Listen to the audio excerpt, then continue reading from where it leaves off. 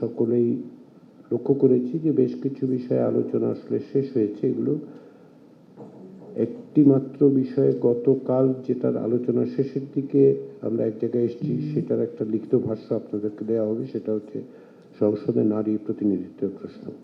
এর বাইরে রাষ্ট্রপতির ক্ষমতা ও দায়িত্ব বিষয়ক আলোচনা হয়নি এই কারণে যেটা উপস্থাপিত হয়নি। আর নাগরিকদের মৌলিক অধিকার সম্প্রসারণ সম্পর্কিত প্রস্তাব, এটা আপনাদেরকে আলাদাভাবে দেয়া হয়েছে। আমরা বলেছিলাম যে এর খুঁটিনাটি বিষয় নিয়ে আপনাদের মন্তব্যগুলো আমরা জানালে সামগ্রিকভাবে যেটা হয়েছে, প্রাথমিক পর্যায়ে আলোচনার সময় সকল দলই এই ব্যাপারে ঐকমত্য পৌঁছেছিলেন যে নাগরিকের মৌলিক অধিকারগুলো সম্প্রসারিত করতে হবে এই নীতিগত অবস্থানের জায়গায়, এবং সেই লক্ষ্যে দ্বিতীয় এবং তৃতীয় ভাগে, প্রধানত তৃতীয় ভাগে বিদ্যমান সংবিধানের পরিবর্ধন, সংশোধন, সংযোজন করতে হবে। আমি হয়নি।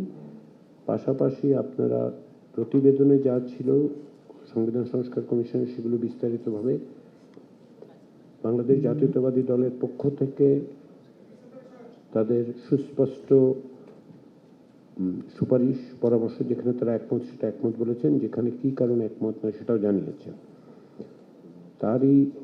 আর সেগুলো আমরা সেজন্য প্রথমত বিএনপিকে ধন্যবাদ। দ্বিতীয়ত যেটা, সেটা হচ্ছে যে এটা আমাদের সাহায্য করেছে। এর মধ্যে একটা বড় বিষয় ছিল এই যে এগুলোকে তৃতীয় ভাগে কিভাবে সন্নিবেশিত করা যায় সেটা যেন আমরা বিবেচনা করি। আমরা সেভাবেই বিবেচনা করেছি। এখন এটা প্রতিটি অনুচ্ছেদ ধরে আলোচনা করার সময় এবং সুযোগ নেই, কিন্তু আপনাদের কাছে এই সংযোজনীগুলো দেয়া হয়েছে। আপনারা যদি আগামীকাল সকালের মধ্যে আমাদের কাছে পৌঁছানোর ব্যবস্থা করেন, যদি আপনাদের আপত্তি থাকে, পরিবর্তনের কথা থাকে। আর এর বাইরে যেটা, সেটা হচ্ছে প্রাথমিক পর্যায়ে যে বিষয়গুলোতে ঐকমত্য হয়েছে সেগুলো একটি তালিকা আপনাদের কাছে আজকে বিকেলের মধ্যে আমরা পৌঁছে দেব রাজনৈতিক দলগুলোর কাছে।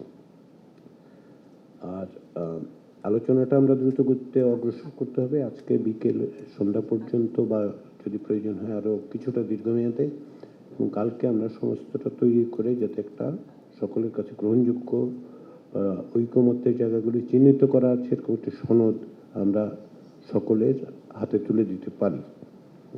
আজকের আলোচনায় যে সমস্ত বিষয় আছে সেগুলোতে অবশ্যই রাষ্ট্রপতির ক্ষমতা ও দায়িত্বের প্রশ্ন ছাড়া, কারণ এটা একেবারেই নতুন প্রস্তাব হিসেবে আসবে, বাদ বাকিগুলোতে আমরা যতটা সম্ভব সংক্ষিপ্ত আলোচনার মধ্যে দিয়ে সিদ্ধান্ত উপনীত হতে চাইব।